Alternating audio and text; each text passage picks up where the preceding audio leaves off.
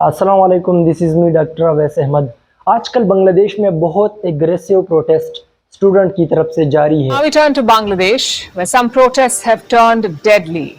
Multiple casualties have been reported. Bangladesh, where a countrywide curfew has been declared after deadly protests is having an effect on the Bangladeshi community.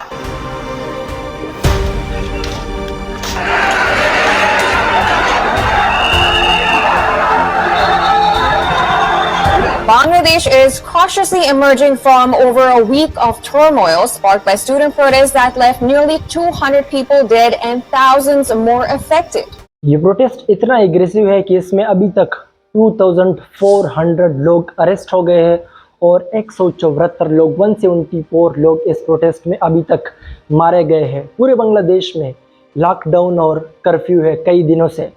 इसके साथ साथ बांग्लादेश के internet services को भी बंद किया गया है।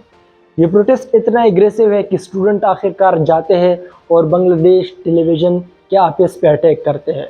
बांग्लादेश टेलीविज़न के ऑफिस पे अटैक करने के बाद वो इसका फर्नीचर जलाते हैं और इसके विंडोज़ को ब्रेक करते हैं और जो बकाया सामान होता है तो उसको आग लगाते हैं। ये प्रोटेस्ट सिर्फ स्टूडेंट की तरफ से एग्रेसिव नहीं है, बल्कि ये स्टेट की तरफ से भी बहुत ज़्यादा एग्रेसिव है। पुलिस वाले टीयर गैस, रबर बुलेट और इवन सीधा फायर स्टूडेंट पे करते हैं, जिसके रिजल्ट में 174 से ज़्यादा लोग अभी तक मारे गए हैं। लेकिन इस सारी सिनारियो में जो बांग्लादेश की प्राइम मिनिस्टर शेख हसीना है, उसका रिएक्शन कुछ अजीब है।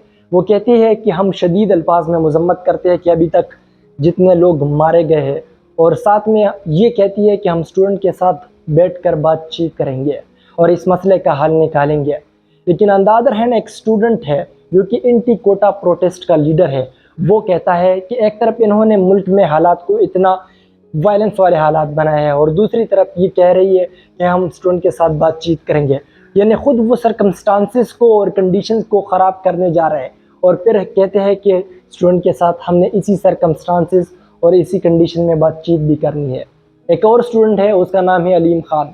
वो BBC के एक रिपोर्ट में कहता है कि एक तरफ तो PM शेख हसीना कहती है कि हमने वायलेंस को रोकना है और दूसरी तरफ वो अपनी पुलिस को ये ऑर्डर देती है और अपनी आर्मी को कि जाए और सीधा स्टूडेंट पे वायलेंस करे।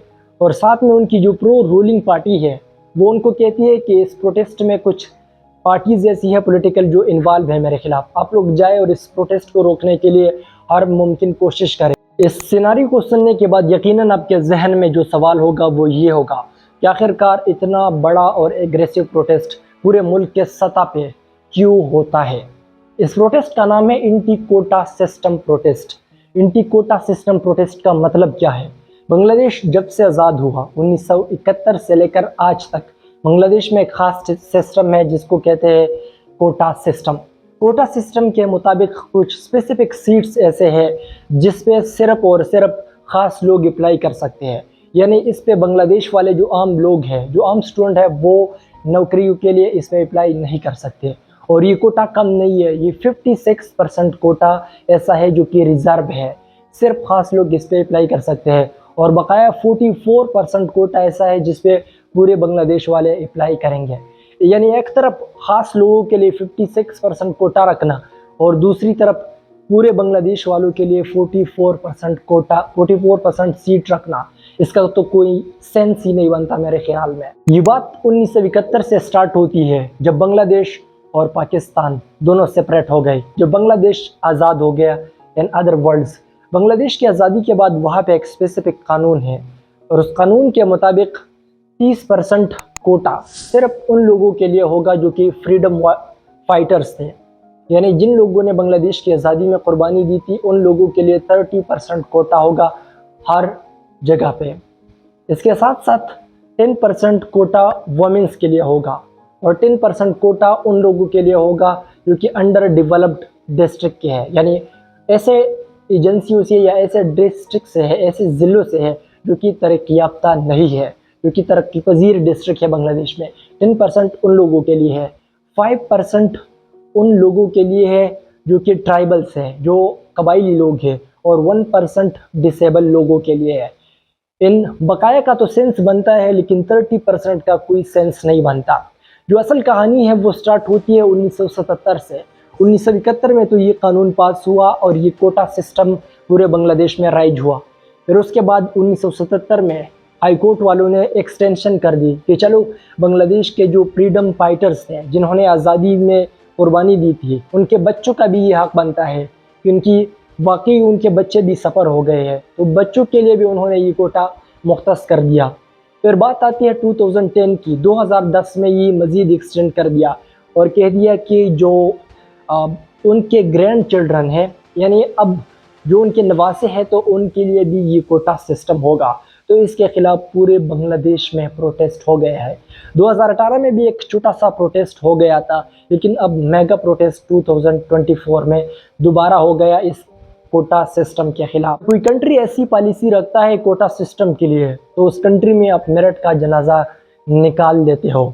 इसके साथ साथ आप स्टूडेंट्स का टैलेंट वेस्ट करते हो। मेरे ख्याल में अगर मैदान ना हो एक खिलाड़ी के लिए तो वो सक्सेसफुल नहीं हो सकता।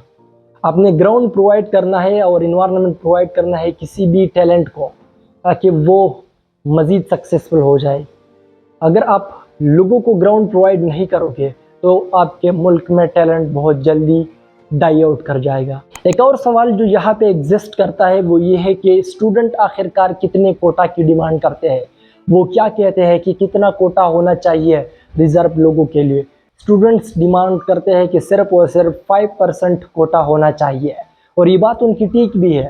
सिर्फ 5% कोटा उन लोगों के लिए होना चाहिए जो डिसेबल लोग हैं, जो माजूर अपराध है, और उन लोगों के लिए होना चाहिए जो कि अंडर डेवलप्ड डिस्ट्रिक्ट के हैं, यानी जो ट्राइबल्स लोग हैं। ट्राइबल लोगों के लिए और जो माजूर लोग हैं उनके लिए सिर्फ कोटा सिस्टम होना चाहिए। जो लॉजिकल बात यहाँ पे होनी चाहिए वो ये है कि गवर्नमेंट को चाहिए था कि वो स्टूडेंट के साथ बैठ जाते और इस मसले का हल निकालते, लेकिन गवर्नमेंट क्या कर रही है? गवर्नमेंट कह रही है कि अब स्कूल को बंद करो, मदरसा को बंद करो, यूनिवर्सिटी को बंद करो, कर्फ्यू लगाओ, इंटरनेट के सर्विसेज को बंद करो। वो स्टूडेंट के साथ अभी तक उन्होंने बातचीत नहीं की, बजाय इसके कि वो इस कोटा सिस्टम के ख़िलाफ़ निकल जाए। वो क्या कह रहे हैं कि इन लोगों ने कुर्बानियाँ दी थी बांग्लादेश की आज़ादी में। 1971 में जब बांग्लादेश पाकिस्तान से जुदा हो गया तो इन लोगों को ग्रैंड फादर्स ने बड़ी कुर्बानियाँ दी थी, और इन कुर्बानियों की वजह से अब इनके बच्चों को भी ये फैसिलिटीज़ अवेल करने चाहिए। लेकिन इस बात की मेरे ख्याल में कोई सेंस नहीं बनती। इनकी वो अल्लामा इकबाल कहते हैं कि ते तो अबा वो तुम्हारे ही, मगर तुम क्या हो। ऐसा नहीं है कि आबा अजदाद ने कुर्बानी दी अब तुम भी उसके मज़े ले लो। आबा अजदाद ने अपनी कुर्बानी दी, अब आपने भी कुछ कुर्बानी देनी है। चाहिए तो ये था बांग्लादेश की गवर्नमेंट के लिए कि वो ख़ुद इस कोटा सिस्टम को ख़त्म कर दे, लेकिन अब स्टूडेंट आ गए हैं और स्टूडेंट डिमांड कर रहे हैं कि इस सिस्टम को चेंज होना चाहिए, इस सिस्टम को चेंज करना चाहिए। गवर्नमेंट को यहाँ पे ये करना चाहिए था कि वो आ जाते और स्टूडेंट के साथ बैठ जाते और कहते हैं उनको कि आप लोग की बात बिल्कुल ठीक है और हम इस कोटा सिस्टम को ख़त्म करेंगे, लेकिन गवर्नमेंट उल्टा डिपेंड कर रही है इस बात को। एक और बात जो आपके जहन में होगा वो ये है कि स्टूडेंट तो अमूमन पुरअमन लोग होते हैं, वो एजुकेटेड लोग होते हैं, वो पीसफुली एहतजाज कर सकते हैं। आखिरकार वो इतने एग्रेसिव क्यों हो जाते हैं? ये प्रोटेस्ट बहुत ज़्यादा पीसफुल था स्टार्ट में, ये पुरअमन प्रोटेस्ट था, स्टूडेंट पीसफुली इस प्रोटेस्ट को आगे ले जा रहे थे, लेकिन गवर्नमेंट की तरफ से इस प्रोटेस्ट को फोर्सफुली एग्रेसिव बनाया गया। गवर्नमेंट ने पुलिस को और अपनी प्रो रूलिंग पार्टी को ये ऑर्डर दिया कि इस प्रोटेस्ट को रोकने के लिए जितना आप लोग वायलेंस कर सकते हैं तो कर ले। इस कोटा सिस्टम कल्चर के ज़रिए से आप मेरिट का जनाजा निकाल रहे हो, इसके साथ साथ आप स्टूडेंट के सालों के मेहनत पर पानी फेर रहे हो। स्टूडेंट ने जितना टैलेंट कमाया है आप उस टैलेंट को वेस्ट कर रहे हो। होना तो ये चाहिए था कि बांग्लादेशी गवर्नमेंट खुद भी स्टूडेंट का साथ देकर इस कोटा सिस्टम को ख़त्म कर दे, लेकिन उन्होंने ये नहीं किया, बल्कि उल्टा स्टूडेंट को ही तशद्दुद का निशाना बनाया।